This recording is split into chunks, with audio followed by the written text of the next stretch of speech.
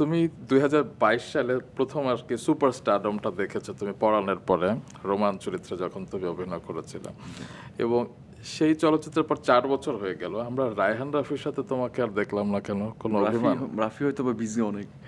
রাফি তো ইদানিং ভাবছে যে নায়কই নিবে না, নায়িকা নিয়ে সিনেমা বানাবে, নায়কই নিব না। সো না, আমার মনে হয় যে না, রাফি তো খুব ভালো কাজ করছে। রাফির সাথে আমার দুটো সিনেমা করা হয়েছে। তো রাফি নিঃসন্দেহে হি ইজ এ ভেরি গুড দুইটা, ফিল্ম। আরেকটা কোনটা? দামাল। ও হ্যাঁ, পরাণ। কিন্তু দামালটা তো তুমি পরাণ রিলিজের আগেই করেছো আর কি। না না না, পরাণ রিলিজের পরেই, পরে আমাদের প্ল্যান করে এটা শ্যুট করা হয়েছে। সো রাফি আমার খুব পছন্দের একজন ফিল্ম মেকার। ইনফ্যাক্ট ও আমার কাজিনও হয় সামহাও। আমার ছোটো বোনের বিয়ে হয়েছে ওদের ফ্যামিলিতে, এরকম একটা ব্যাপার টার্মস আছে। সো রাফির সাথে আবার হয়তো বা কাজ হবে রাফি ভাবলে। সো আমি খুব চাইবো রাফি যাতে ভাবুক।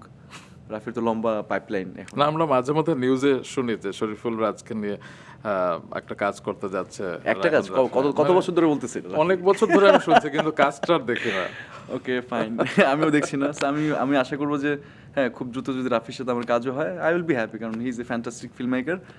আর ওর সাথে আমার খুব বোঝাপড়াটা খুব দারুণ আর কি। সো আমার মনে হয় যে না, আমরা হইতেই পারে কাজ। অবশ্যই, কারণ এই আর রোমান রশিদ রিকোয়েস্ট করছে আরেক আর যে প্লিজ রাজকে নিয়ে কাজ করুন, এবং রাজের সাথে আমি তার প্রথম ছবির ডিরেক্টর আরেক আর রেদওয়ান রনিকেও দেখতে চাই।